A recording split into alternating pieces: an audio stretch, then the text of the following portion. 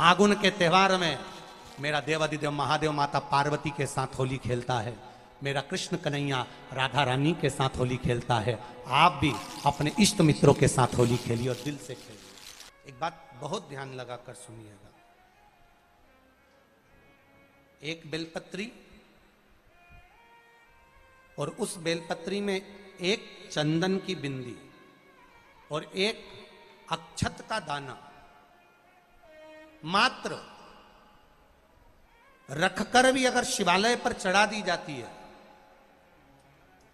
एक बेलपत्री, एक चंदन का बिंदी और चंदन फिर निवेदन करेंगे। आज के जमाने में तुम लोग सब घिसा घिसाया पड़ा पड़ाया डब्बी का सामान ले लेकर, वो नहीं, चंदन की मुठ्ठियाँ रखो, थोड़ा सा भी घिसो, जरा सा भी घिसो, उसकी एक बिंदी और एक चावल का दाना जब हम भगवान देवाधिदेव महादेव को समर्पित करते हैं, अपनी कामना कर कर समर्पित करते हैं, तो निश्चितता है कर भगवान उसका फल शीघ्र प्रदान कर देते हैं। भले आपने कुछ करा ना करा, उसका फल तुम्हें मिल जाए। शरीर में बहुत बड़ा रोग हो गया, छूटने को तैयार नहीं है, बड़े बड़े इलाज करवा लिए, बहुत दिखा लिया, बहुत सब दूर इलाज करवाया, सब दूर दिखाया, पर मिटने को तैयार नहीं है, तो फिर अबीर का प्रयोग, एक चावल का दाना, एक श्वेत पुष्प और अबीर भगवान शंकर को समर्पित कर, धीरे धीरे धीरे धीरे शरीर का रोग अपने आप समाप्त होना प्रारंभ हो जाए। होली में मोटे मोटे डूंड जलाए जाते हैं। डूंडा की राख तैयार होती है, उसका कालापन जो तैयार होता है उसको उठाकर ले आए और कपड़े में उसको छान कर राख तैयार कर कर 3-4 बार छानने के बाद उस भस्म को 12 बजे से 1 बजे के बीच में शिव जी को समर्पित कर देता है और उस भस्म को उठाकर उसमें घी मिलाकर मस्तक पर तिलक लगाकर चले जाता है। वो जिंदगी में कभी हार नहीं सकता, विजय ही पाकर आता है, उसकी कभी हार नहीं हो सकता। 13 तारीख को रात्रि को होली जलेगी, 14 तारीख को खेली जाएगी। 5 मंदिर में हम भी केसरिया जल चढ़ाने के लिए बाबा को जाते हैं। महादेव की होली सीहोर में मनाते हैं, वो 15 मार्च की रहेगी। सीहोर में महादेव की होली होती है। आप लोग आए हो कभी? जैसे तुम्हारे ब्रज में होली होती है, ऐसे हमारे सीहोर में जिस दिन होली जलती है उसके दूसरे दिन नहीं, होली जल के दूसरे दिन तो द्रोणी होती है, उसके दूसरे दिन, मतलब जैसे आज होली जली है तो कल हमारे यहाँ महादेव की होली नहीं होगी, परसों होगी, ऐसा होता है। मतलब एक दिन बीच में छूटता है, क्योंकि उस दिन तो लोगों को सबके अपने अपने परिचितों के यहाँ जाना पड़ता है, कहीं कोई गमी में जा रहा है, कोई होली खेलने जा रहा है, कोई कुछ करने जा रहा है, तो उसके अगले दिन हमारे यहाँ महादेव की होली होगी। मैं सबसे निवेदन करूंगा, कभी मौका लगे तो हम सूचना देंगे आपको, सीहोर की कथा में बोलेंगे, तो कभी मौका लगे तो एक बार महादेव की होली खेलने के लिए आप सीहोर, कभी मौका लगे, तुम ब्रज की होली तो बहुत खेले होगे, एक बार महादेव की होली खेलने सीहोर आओ। हमारा कुबेरेश्वर बाबा भी होली खेलता है, ऐसा रंग में रंगता है कि वो फिर रंग कभी छूटता ही नहीं। एक ही दिन करते हैं वहां, बस एक तो कभी अपने स्वभाव को नहीं बदलना। हम भी उसमें रहते हैं, पूरी होली में आपके साथ में गुलाल खेलने के हम भी सामने तुम्हारे साथ साथ चलते हैं, क्योंकि हम 5 महादेव के साथ होली खेलने के लिए उस दिन निकलते हैं। 5 महादेव, उस दिन हमारा नियम रहता है 5 महादेव के मंदिर जाना है, उनके साथ रंग खेल कर आना। 5 महादेव के साथ जो रंग खेला वो जिंदगी में पंचम इंद्री हो, चाहे वो कर्म इंद्री हो, चाहे वो ज्ञान इंद्री हो, चाहे वो मन रूपी इंद्री हो, ये सब भगवान के रंग में रंगी रहे, इसलिए हम 5 महादेव के साथ होली खेलने के लिए उस दिन निकलते हैं। कभी आपको मौका लगे तो आप अंदाजा लगाना, जो सीहोर के आसपास के हो या आसपास रहते हो, और छुट्टी मिल जाए तुम्हें होली के समय पर, तो उस समय पर स्मरण करना, जिस दिन होली जलती उस दिन नहीं, उसके दूसरे दिन भी नहीं, उसके तीसरे दिन शिव तत्व। सुबह हम जल्दी उस समय 9 बजे होली खेलने के लिए बाबा के साथ निकल गए। शिव तत्व, अहम से, अहंकार से दूर हो जाओ, दिवाली तुमको थोड़ा सा अभिमान सिखा सकती है, रक्षाबंधन तुमको थोड़ा सा अभिमान सिखा सकती है, मकर संक्रांति तुमको थोड़ा सा अभिमान सिखा सकती है। कई माताएं मकर संक्रांति पर सामान बांटती है, कोई कहेगी मैंने चलनी बांटी, कोई के मैं बाल्टी बांटी, कोई के मैं डब्बा बांटी, मैंने तो ये बांटा, मैंने तो थोड़ा सा अहंकार सिखा सकती है मकर संक्रांति भी। रक्षाबंधन भी तुमको अहंकार सिखा सकती है, मैंने तो देखो चांदी की राखी बांधी, मैंने सोने की राखी बांधी, मेरे बहन ने साड़ी दी, मेरे भाई ने ये दिया, मेरे भाई ने, वो भी अहंकार सिखा सकती है। दीपावली भी अहंकार सिखा सकती है कि मेरे पर्दे इतने के लगाए, सोफा सेट इतने का लिया, बेडशीट इतने के लिए, मैंने घर में रंगोली ऐसी डाली, मैंने गुजिया पपड़िया ऐसा बनाया, वो भी अहंकार सिखा सकती है। सारे त्योहार अभिमान सिखा सकते हैं, केवल एक होली ऐसी होती है जो अहंकार से विहीन सिखा सकती है। मालूम नहीं पड़ता व्यक्ति की शान क्या, सत्ता क्या, शोहरत क्या, कौन हो तुम, वो रंग में डूबे हुए हो।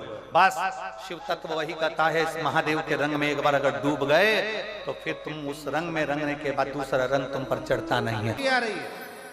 निवेदन है, अगर किसी को कलर लगा रहे हो, रंग लगा रहे हो, या किसी को रंग में डुबो रहे हो, या किसी को रंग लगा रहे हो, तो हम जिसको रंग लगा रहे हैं इतना विचार जरूर करना कि इसके साथ जिंदगी में हम कभी अपना रंग बदलेंगे नहीं, इसको और गहरा करते चले। कलर लगाओ, खूब लगाओ, गुलाल लगाओ, खूब लगाओ, पर जिसको रंग लगा रहे हो उसमें एक प्रेम का रंग भी जोड़ो कि हम आखिरी तक ये रंग ना बदले, ये रंग ना बदले। समय बदलता रहेगा, जीवन बदलता रहेगा, पर आज के मनुष्य भी अपना रंग बदल रहे। होली आ रही है, लगी नहीं रिया की होली जैसा है। दिवाली आती है तो लगता ही नहीं कि दिवाली जैसा है, राखी आती तो लगता ही नहीं राखी जैसा है। सारे त्योहार फीके हो गए गुरुजी। हमने कहा त्योहार फीके नहीं हुए, त्योहार का कलर फीका नहीं हुआ, त्योहार का रंग फीका नहीं हुआ है, बस त्योहार वही है, गुलाल वही है, मिठाई वही है, गुजिया पपड़िया वही है, खुरमे चकरी वही है, पपड़िया वही है, गुजिया वही है, इंसान वही है।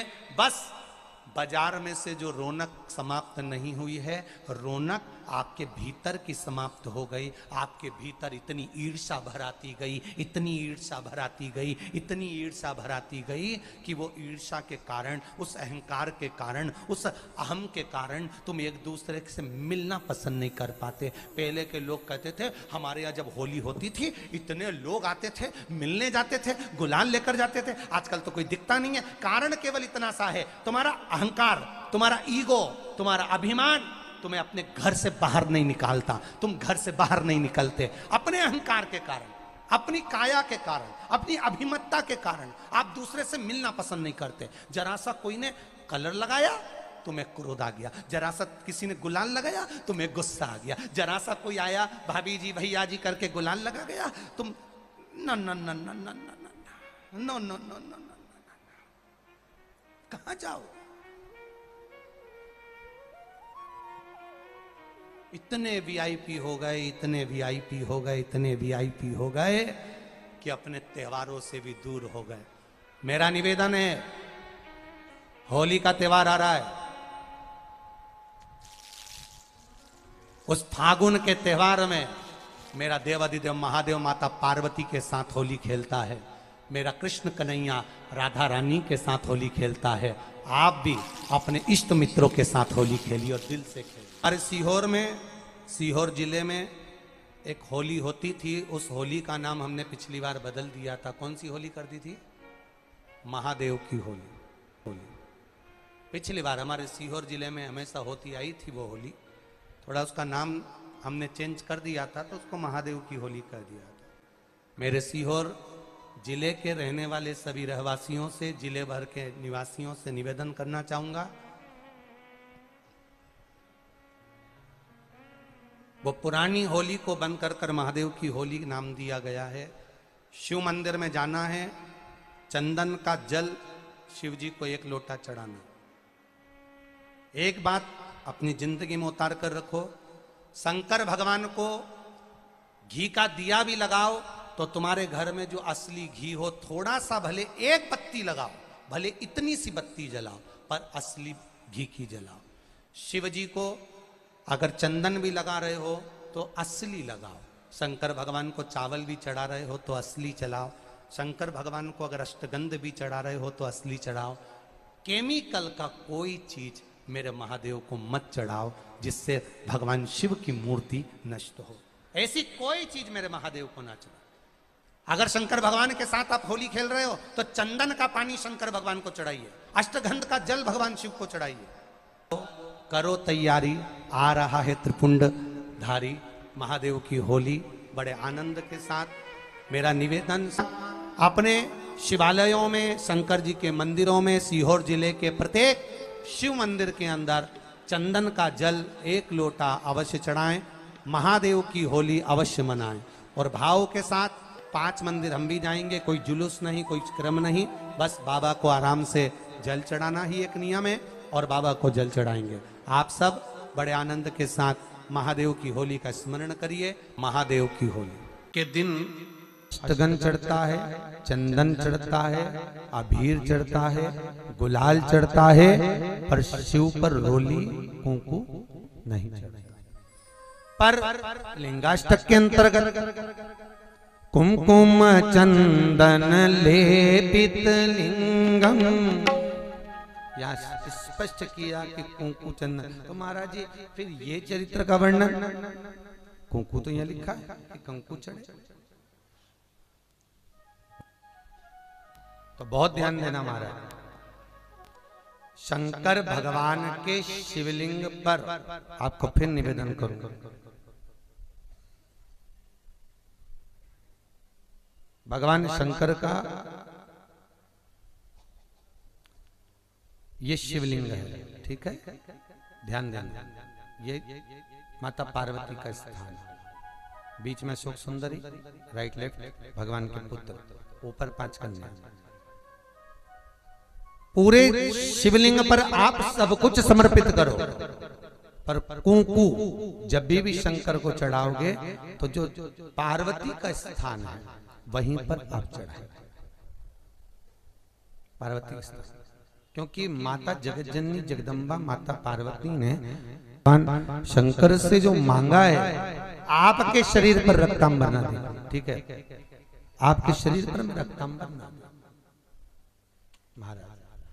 क्योंकि कोई भी पत्नी अपने पति को कभी रक्त में सना हुआ नहीं देखना चाहिए। महादेव की होली के दिन और बेलपत्री की जड़ के नीचे जाकर प्रयास करा करो कि लाल चंदन का जल, लाल चंदन को घिसकर कलश में उस चंदन को डालकर जल भरकर उसको बेलपत्री की जड़ के नीचे सींचन करने का प्रयास करा करो।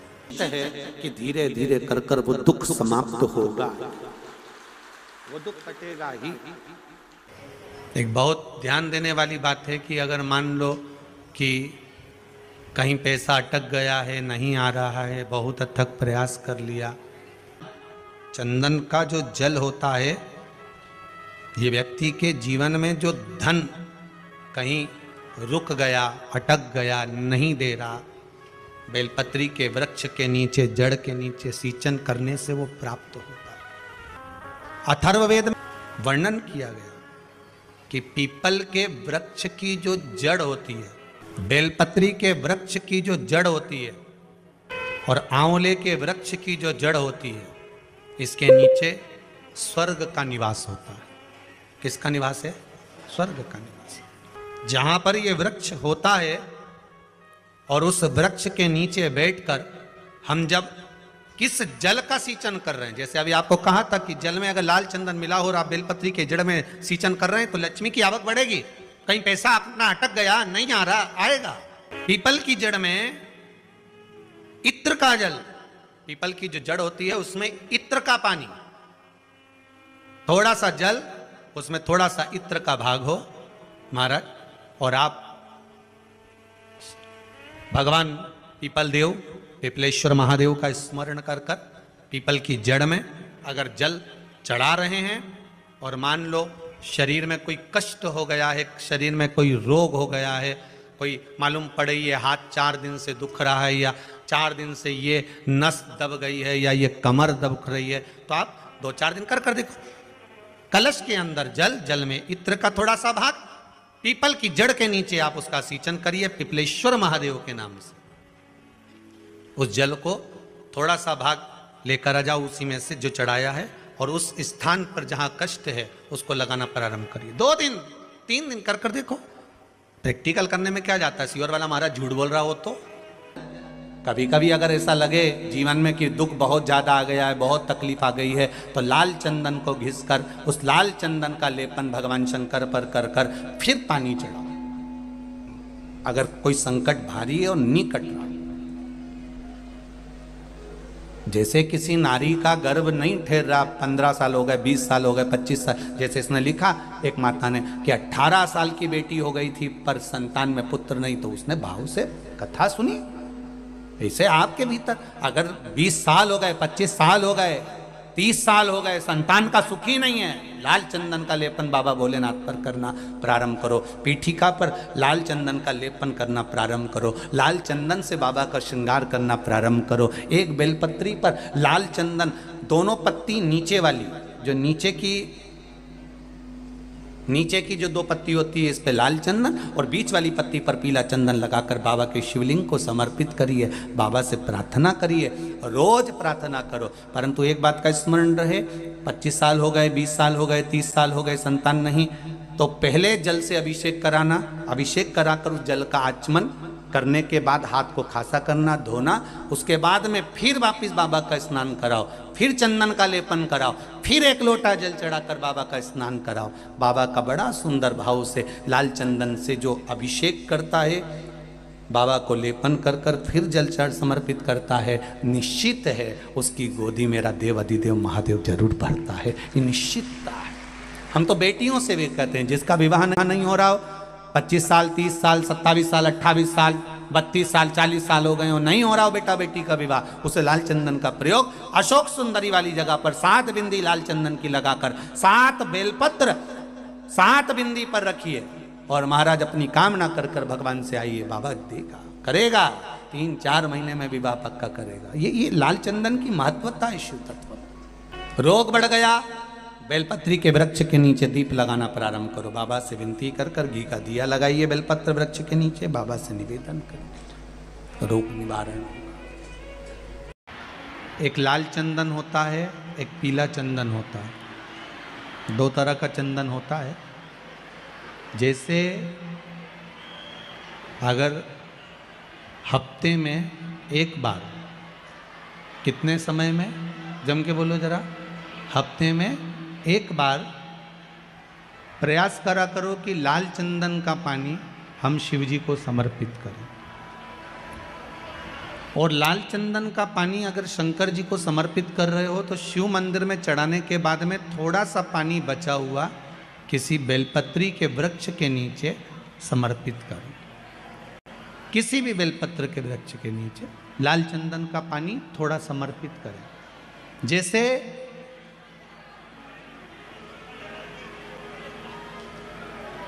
अगर बच्चों का विवाह नहीं होता है, शादी नहीं होती है, तो अपन लोग क्या करते हैं कि भाई एक बेलपत्री का जो पत्ता होता है, उस पत्ते के बीच वाली जो पत्ती होती है, उस पत्ती पर अपन केसर को घिसकर, केसर को घोलकर उस पत्ती पर अपन केसर का तिलक लगा देते हैं। और केसर का तिलक लगाकर जिसका विवाह नहीं होता, उसकी ये बीच वाली उंगली पर, ये बीच वाली पत्ती को अंगूठे से टच कर उसको रख देते हैं।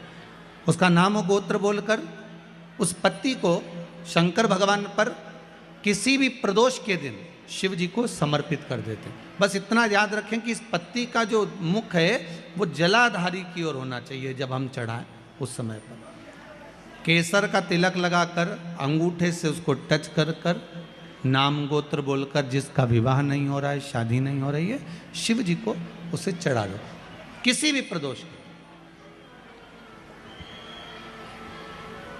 और किसी भी शिव मंदिर में आप उसको समर्पित कर सकते।